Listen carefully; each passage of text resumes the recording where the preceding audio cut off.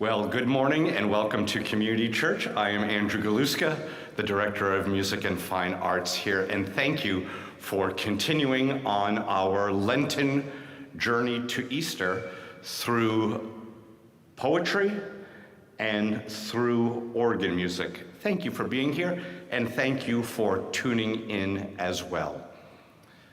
I will preface it like I always begin each concert. Leave the world outside. Come into this place, open and free and at peace, and be in the moment. Be in the moment of spoken word and music as we journey together. We have a wonderful poet for you today. But before I introduce that wonderful poet, let me introduce our poet curator, Sean Sexton.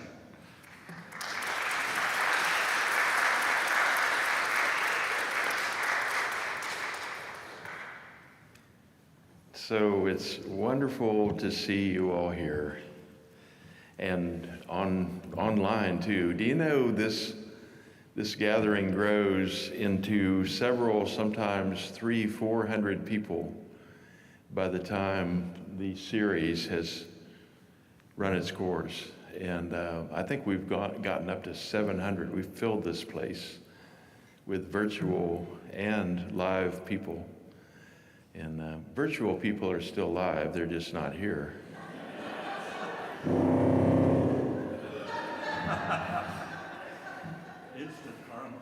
Instant. But so this is, we're on the cusp.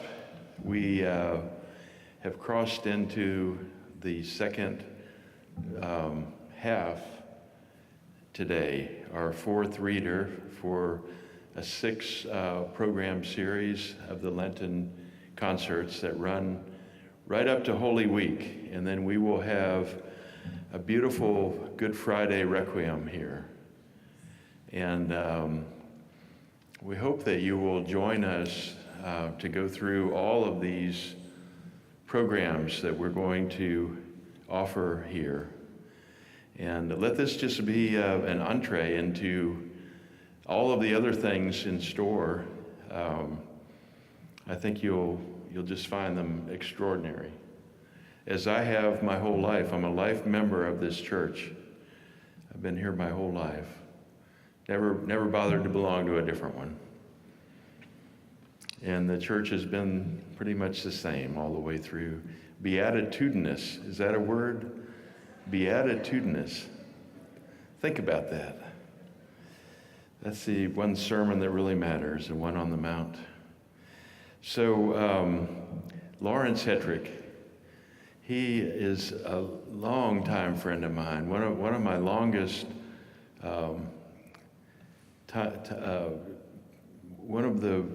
my poetry friends over the longest amount of time. And I studied poetry with him without going to school. I sent him a manuscript and he commented on it and really kind of gave me my first creative writing class without my ever walking through the door of a schoolhouse. And we have been friends really since we actually lived very close to one another in Gainesville downtown. And he was teaching and started the first undergraduate poetry, creative writing poetry class at UF. And he grew up could I say you grew up in Gainesville? You were not born there, but his father was an entomologist also at the university, correct?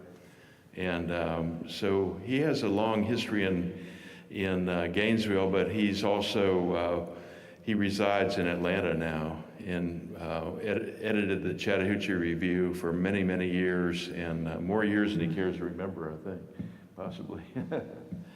Maybe not. No. He looks sort of serious, so I'll take it back. But anyway, here he is.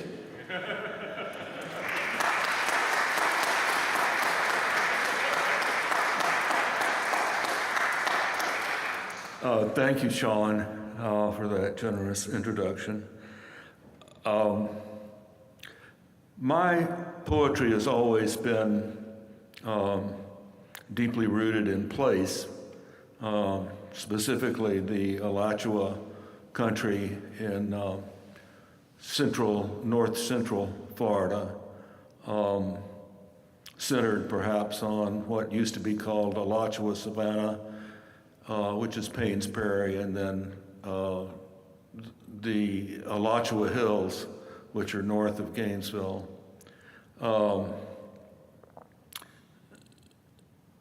So I'm going to read some poems that are related to particular places and talk about those places as we go along. The first poem has to do really with a series of towns that stretch from Gainesville to the east. And I'm starting with Melrose, and then Putnam Hall, Grandin, Florahome, and Carabel.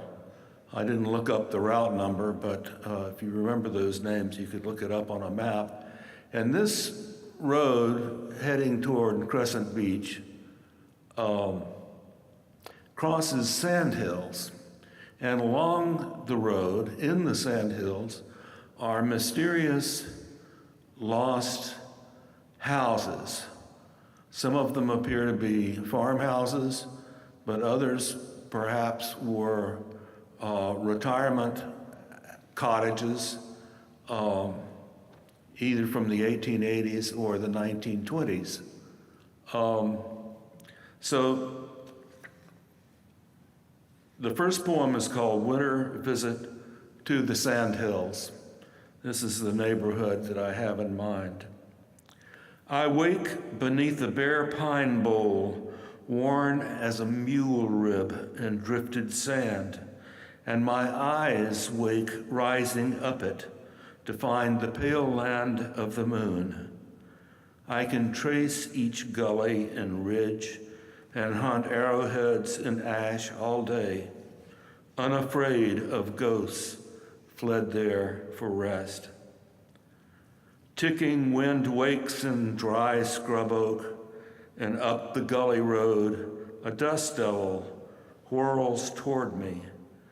Between old field plums run ruts soft as flour, leaves like insect shells underfoot, under wagon wheels crunching, jolting over pothole pine roots.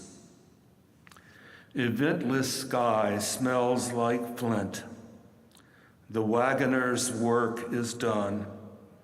He laughs over his shoulder at the hilltop house, its clapboards silvered and splintering, chimneys cracked, windows broken, empty rooms howling never, the winter sky as blue as ever.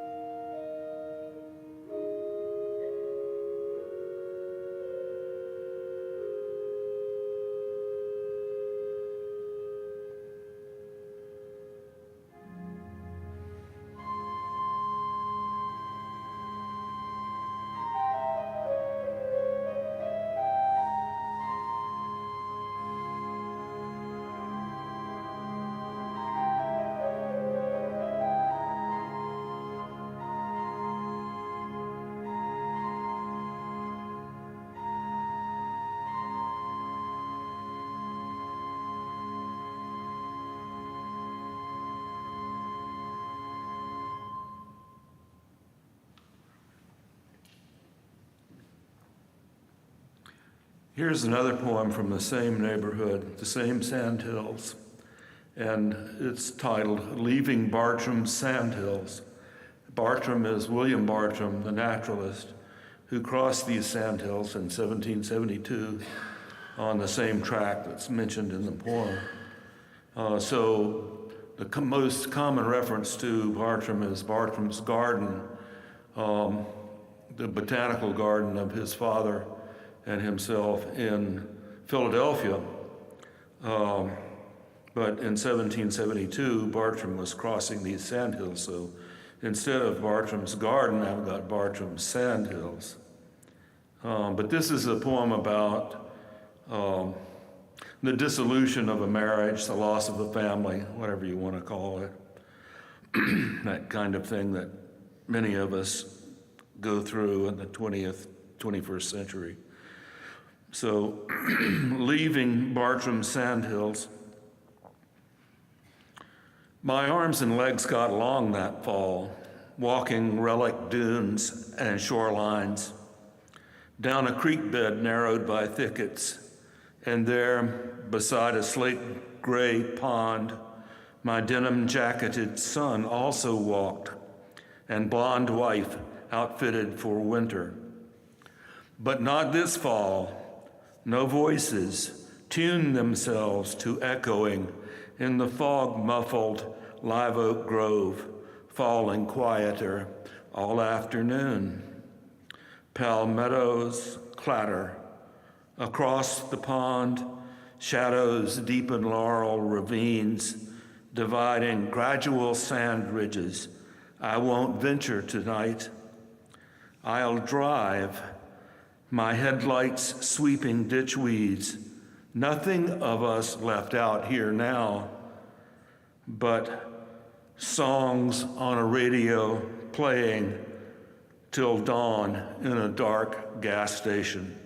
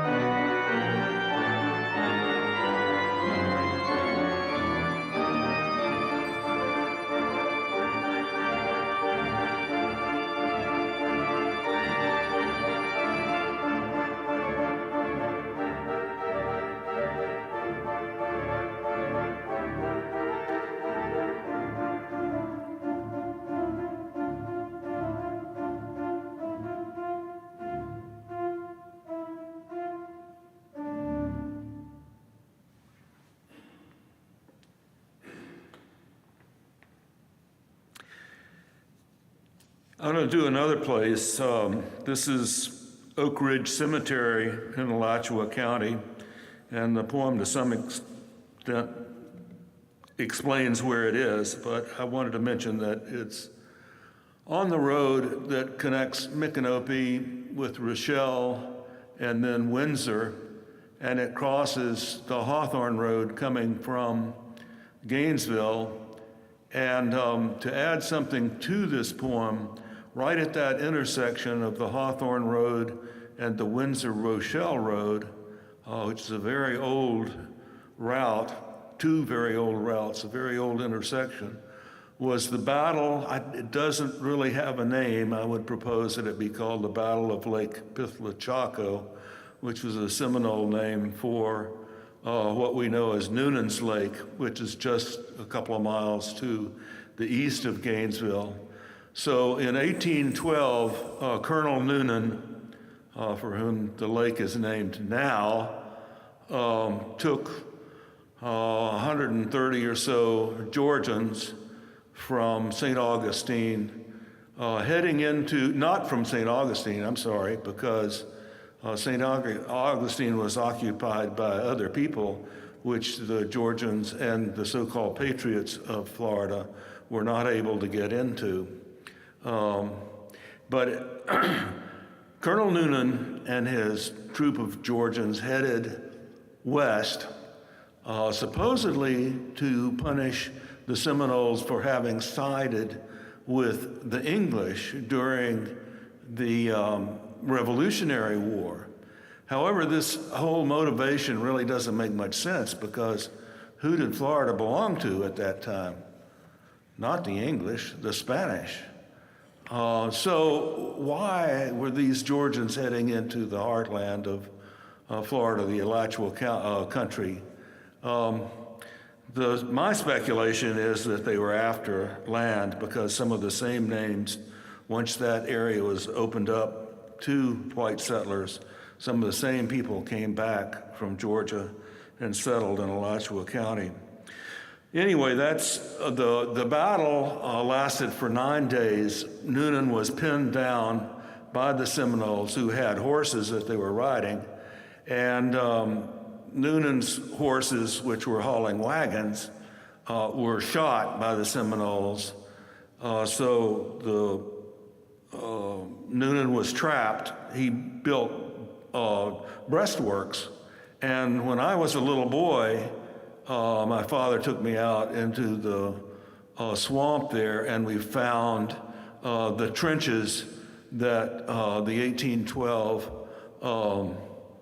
troops from Georgia had built, which is very exciting to me. I think that battle site is almost completely unknown now.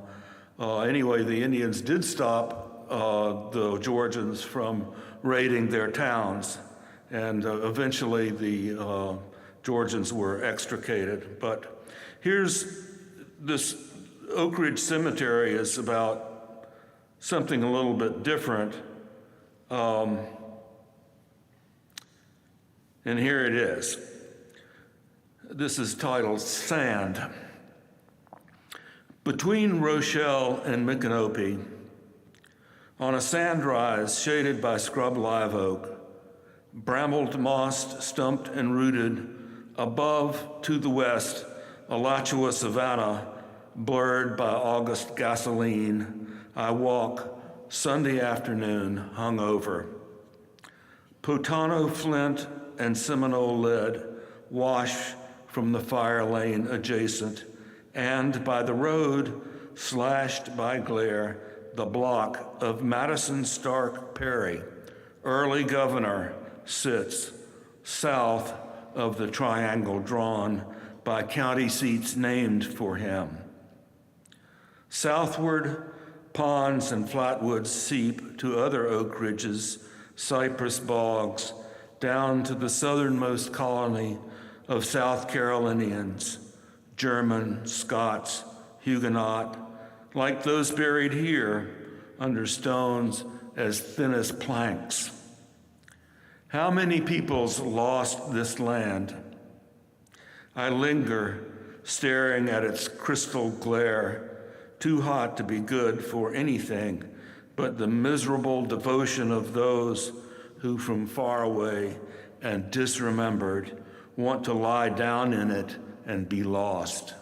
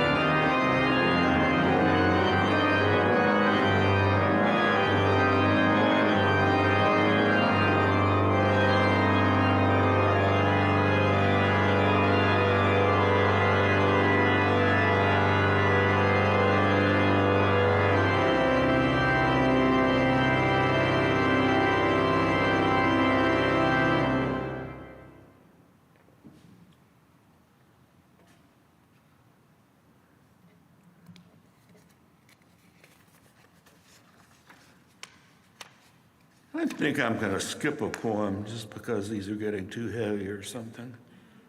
I have an elegy to my brother who was killed in Vietnam. I'll just skip that one. Instead, I'll read one about my daughter when she was about 7 years old. And this, like almost all of my poems, this one has a place too. It's Juniper Springs in the Ocala National Forest, or what, when I was a kid, we simply called the Big Scrub. I don't think I even knew it was a national park. All I knew was Salt Springs and Silver Glen Springs and so on. But this is Juniper Springs, and it's an occasion when several families are camping together at the spring over a series of days, and a very joyful time. And this poem refers to Aaron Carter, the singer who died recently. And I think the cause of his death is still under investigation. But at the time of this poem, which is about 2001, I think my daughter is about 7 years old. Yeah, that's about right. Aaron Carter had a hit song. He was a boy toy, this blonde, beautiful, blonde-headed kid who was a singer, and he had a song that went something like, I'm not too young, I'm not too old, something like that. So anyway, my daughter sings kind of a version of that song in the poem. It's kind of odd that the whole thing has come around again. But this is called Camp Table at Night. Under our dripping tarp, 2 lanterns spit and sizzle. However many times it rained, we don't know. Mosquitoes watched the aftermath on my phone, washed my car without a hose. But the next come naturally, change at the table. Come on, shake your booty one more time in rain tonight. Mikey insists we swim with nocturnal eels. Tommy jumps McTwists. Hot dogs boil in a bucket. Buns toast on a skillet. Back from the spring, wrapped in a towel, small Allie sings, I'm not too young, not too old, not too hungry, not too cold.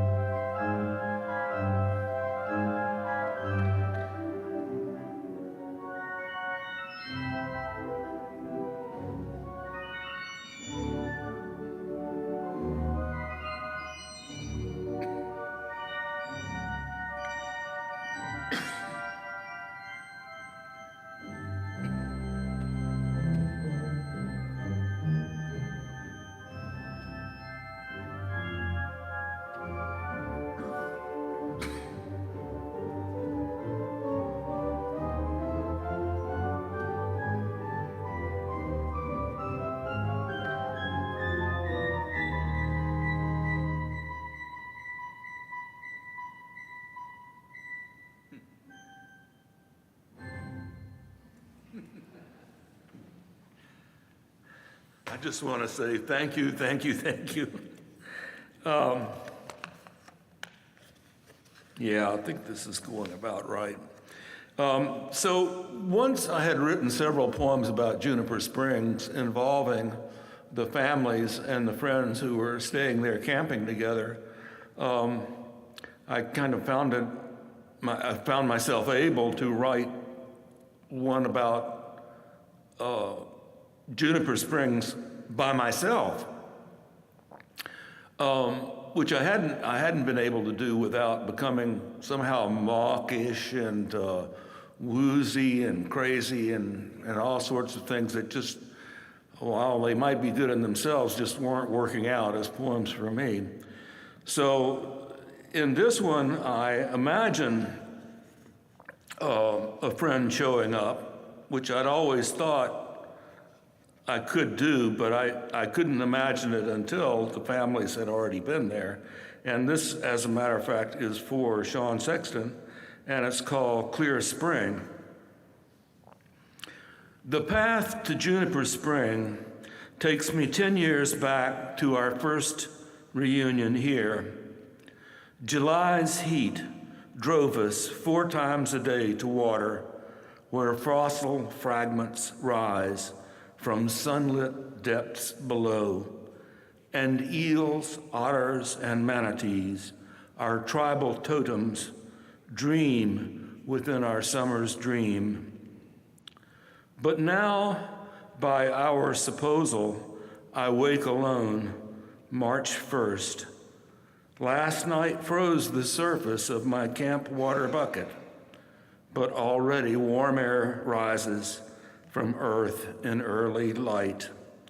A wood thrush flutes its low, hopeful phrase for spring. Another walk to the spring. I imagine you waiting on the ledge above the cavity, praising its blued clarity, which needs depth, I think, something deeply dreaming in elemental light, that trembling breeze, hypnotic lunar shadows. We sit there watching for hours as though the sun were ours.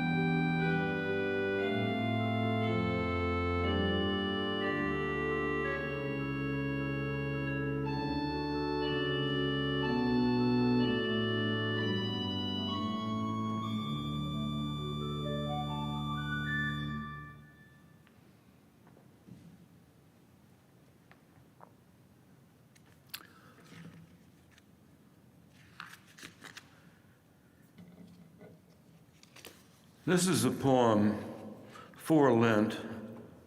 I'm not sure whether Lent lasts until Good Friday or Holy Saturday, but this poem has a particular time, which is Holy Saturday.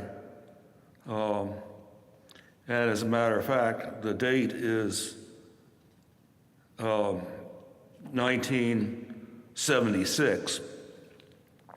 And it's at a concrete block garage apartment in Gainesville, where I lived for, I think, almost 7 years by myself. And as Sean mentioned, it was kind of downtown. It was kind of in a student section next to a black section, which is very interesting very diverse, interesting neighborhood. And this is about a period in my life when I was single and not doing very well. The poem makes that clear, I think. But anyway, this is, and there are 4, I think, rhyme words that I revert to in this poem. The title is Modern Beauty Shop, and this beauty shop was in the parking lot below my concrete block garage apartment, which was surrounded by, parking lots on 2 sides, and then below me was the Modern Beauty Shop. It's actually its name. Anyway, it has, and this has parts, but you know, when I wrote this, and when I, much later actually than 1976, I didn't write it in 1976, I kept thinking of the Holy Saturday, that there's a quotation from Scripture, I believe, something along the lines of, who am I to you who pass by? A sort of cry of desolation. And I kept thinking of this quotation, and so I hand this out as a conjecture to you. I wasn't able to look this up beforehand here, but maybe you know it, I don't know. But anyway, I kept thinking of that sort of as part of the context of this poem also. So here it starts out on Saturday morning, and it's in parts. Part 1 is, car windshields blink, blips of glare through my kitchen window, on my wall as they stop, turn, park, and go. Across the lot below, turquoise, yellow, and pink polyester dresses flare. Their hair is frosted pink. Into the squat, square, cinder block beauty shop, apparently floating on tar, they disappear. The unit in its window exhausts chemical air. They talk and smoke in there. I scour my kitchen sink, sweep linoleum floor, remove the chair, and clear the countertop. I'm ready to mop. More reflections wink on my wall, and I despair of ever getting out of here. And to where? I slop suds. Back they go below, balancing over glare, their hair perhaps more pink. They know where to go. They know what to wear.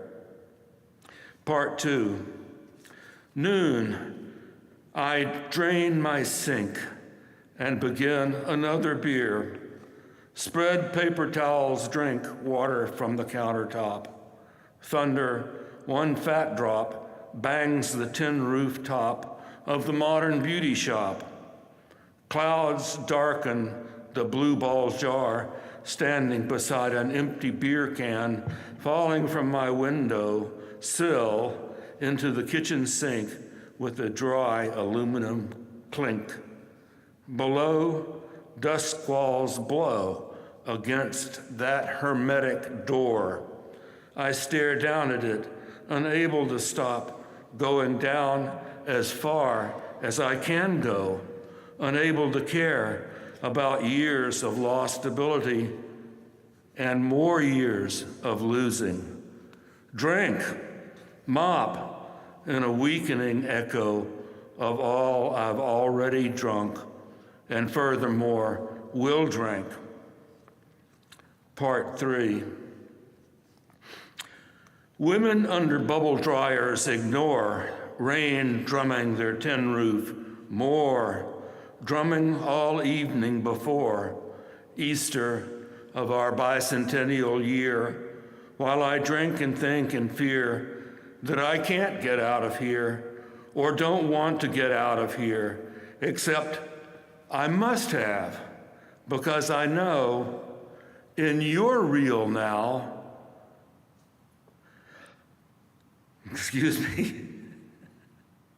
in your real now, I am elsewhere. In a dream or a breath or a blink of your eye, seeing these words go, unless, of course, they really do stop and we reach out our hands and touch everything.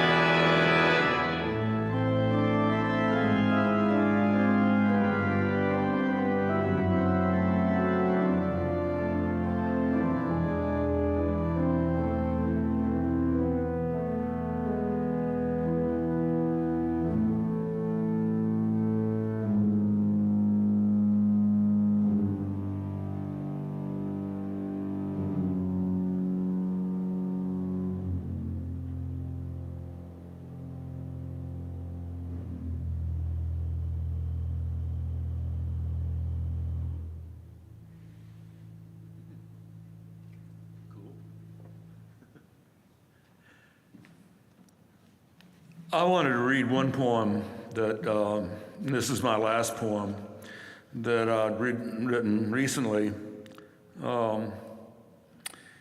And my first poem, I mentioned ghosts, and this poem, interestingly, mentions wraiths.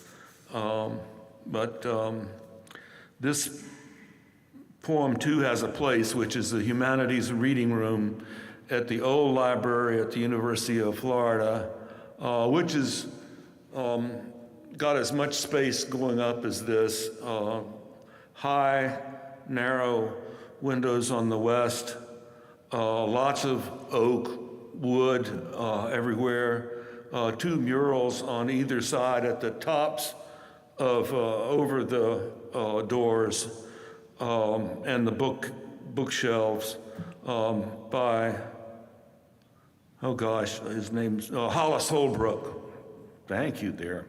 Hollis Holbrook, an artist at the University of Florida. These are, I believe they're egg tempera paintings, but they're kind of impressive too. And so this is called The Death of Ruth DeBetz, librarian. Down from Special Collections mezzanine with a small stack of small press imprints. You know, I'm going to stop because I have one more note here. In this poem, I mention a book called The Old Bachelor, which was Donald Justice's first book, well-known poet from Miami, Florida, who also taught with me at Gainesville. Very famous, well-known, very terrific poet. Anyway, Sean and I looked it up this morning. The Old Bachelor, you can buy a copy of it for $5,625. So, it's not a very large book either, but anyway, I explain this sort of in the poem, not the part about the money. But down from Special Collections, mezzanine, with a small stack of small press imprints finagled from the leisurely curator, I passed the Humanities Reading Room desk, where Mrs. DeBetz flags me down with her own copy of The Old Bachelor, precisely printed by letterpress in 1951. She likes my poetry very much, as proud as though it were her own, life-giving, irreplaceable praise. Her face heavily painted, over cankers, by days worsens, strips peeling, flakes loosening with ooze. I look at her. She looks away in greater pain. At Alachua General Hospital, she's not awake, but her face uncovered at her request. Who could live with it? I think I know. I tuck a stuffed bear close against her body to accompany her further. At 18, I suffered grief as a pointed knife to the chest. Now it's all wraiths. She's gone, but seems to be around sometimes at her desk. She's mostly missing, and I, too, have been absent from the reading room for many years. Thank you.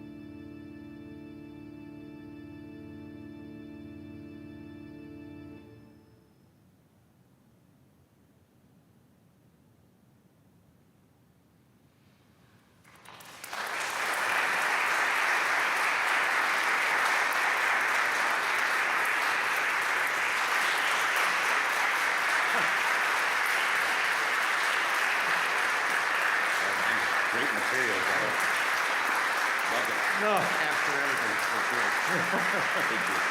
The what? The chapter?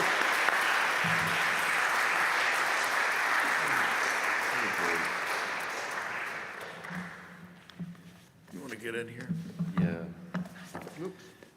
What an amazing concert, truly.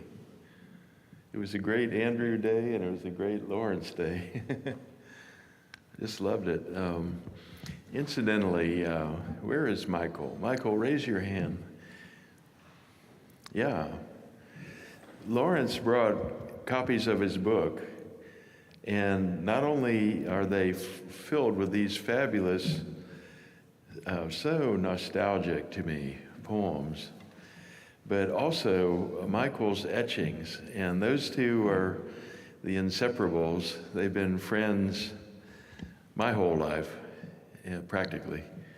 And so you'll not only have the treat of his wonderful poetry, but Michael's beautiful etchings and graphic works. And so come up and at least have a look at his book, Derelict Tributaries, published by Anhinga Press. And